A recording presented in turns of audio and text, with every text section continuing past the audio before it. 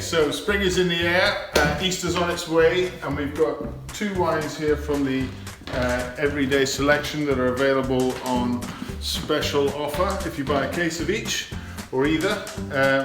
And we've chosen two, I guess, not wines that you'd instantly go for. So we've got a white Bordeaux from Chateau de Fleur de Grave, and we've got a Peruvian Syrah from the Ica Valley.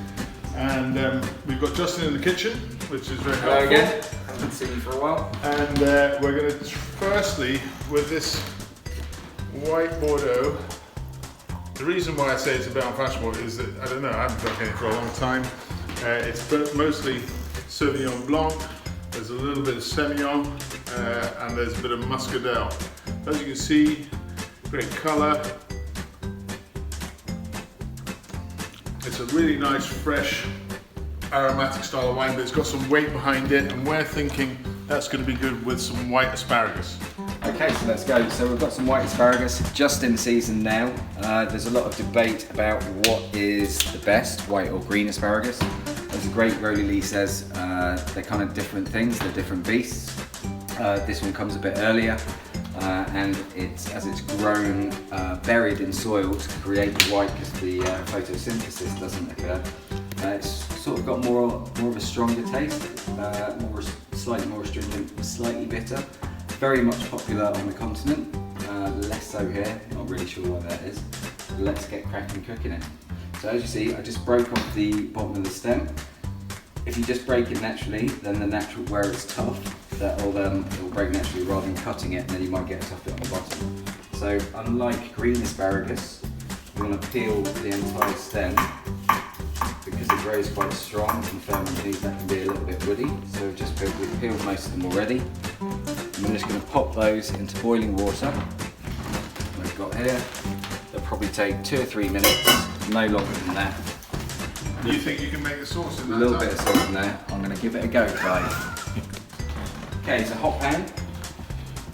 We've got our fresh morels, which are just starting to come in season. Probably the king of mushrooms. They're amazing. £1 each. £1 each, Clive's telling me. So we cut them in half, make sure there's no creepy crawlies or grit inside, and pop those into the pan, like that. A knob of Clive's homemade butter, delicious.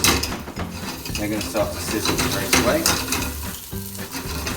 Now in here, we've got some dried morels, which are a lot cheaper, a bit more affordable, but quite tasty as well. We've just soaked those in some boiling water.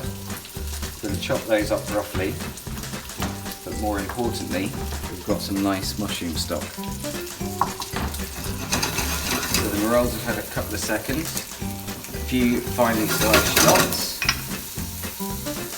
I think we'll hit that with a little bit more butter.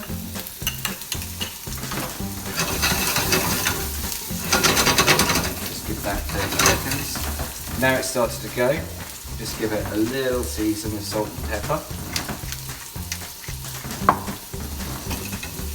That's all starting to soften, so we're just going to hit that with a tiny splash of dry sherry. Not too much, we don't want to taste the alcohol. So we've got our morel stock. You could use veg stock or any other mushroom stock. You can buy dried mushrooms in most supermarkets these days. Good little tip, when you make your stock, pour it out, but try not to pour all of the stock out. You can see in there, there's a little bit of grit and sediment potentially, which you don't want in your sauce, but that will sink to the bottom and that's fine. So we're just going to bring that full heat, let that reduce a tiny bit. We're going to add a little bit of double cream, and then just because it's super in season as well, we're going to add a little bit of finely chopped wild garlic, which is delicious, one of my favourite ingredients. You could use parsley, chives, anything. Sauce is coming down nicely, a little chip of seasoning. I'm just going to pop our wild garlic in. If you have this raw, it's a little bit full on, you kind of kill everything else. So just 30 seconds in the sauce will just help soften that. Okay, that's good.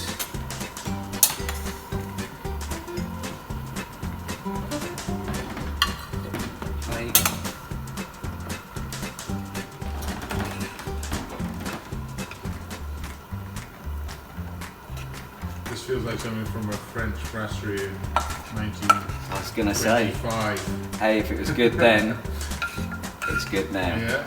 And there we go. That is a spring on a plate. So we've got our beautiful white asparagus with Morels, wild garlic, the Chateau Fleur de Grave, white Bordeaux. And there's quite a lot said about what's, and that's, I'm sure we'll be reading about it soon, about the right wine to go with asparagus. And for the green asparagus, people always say Sauvignon Blanc, and I never think it works. I always think Chardonnay or Chenin Blanc or something like that is good. But I have a feeling that Sauvignon Blanc here with white asparagus with the Morels is going to be a good combination. So we've got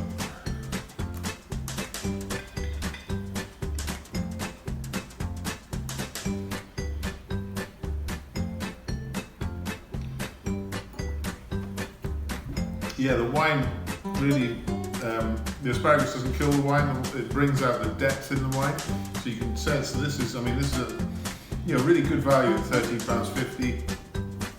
But it's delicious as an aperitif, but it works really well with what is actually quite a rich dish.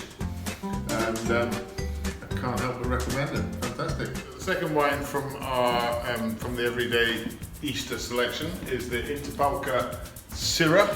Who would have thought that you could get a Shiraz or a Syrah from Peru? It's interesting, lovely colour. As you can see, it's only 12.5% alcohol, which I don't know. That suggests to me that I've never been to the Ica Valley where it's made, which is about 200 kilometers south of Lima. But it's not a big Syrah. It's not sort of. So it's actually got freshness. It's got that sort of raspberry, maybe a kind of slightly northern Rhone sensibility.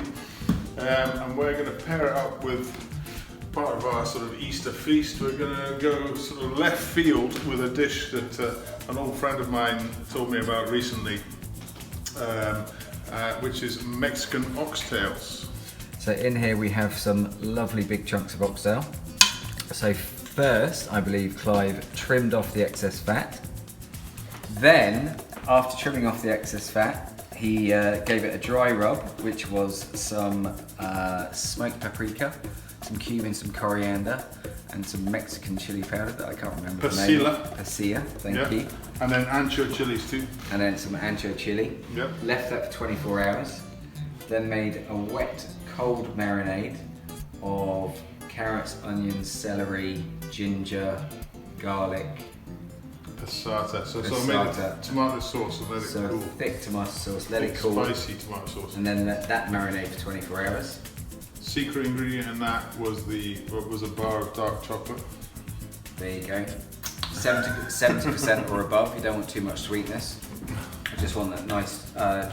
You don't want it really tasting of chocolate. It just gives it a nice mellow feel and a nice savouriness. And then, so Clive, put all that. Any liquid in there? No, just that. So just that and the marinade, and put that in a really low oven, probably 90 degrees overnight. And that's what we come up with. So it looks a little bit gnarly if you're not familiar with the oxtail, but it's absolutely delicious. You can get your butcher to portion it for you.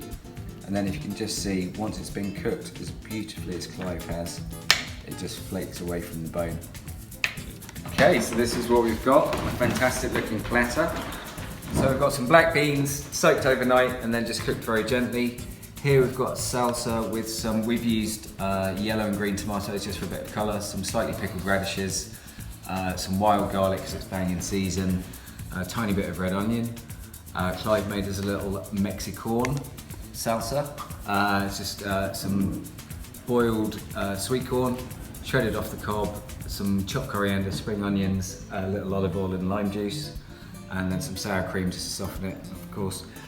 Excuse me, our lovely braised oxtail that's shredded down off the bone. We've got some soft blue corn tortillas, just for a little difference, and then we've got some hard, crispy taco shells. Okay, I've got my crunchy taco, he's got a soft one. 3, 2, 1.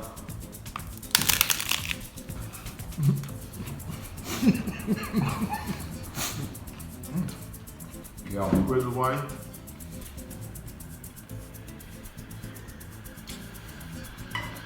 That is surprisingly. Does the job. It works well. Yeah, absolutely. So there you are. a little left field Easter wine and Easter feast. Hope that goes down well.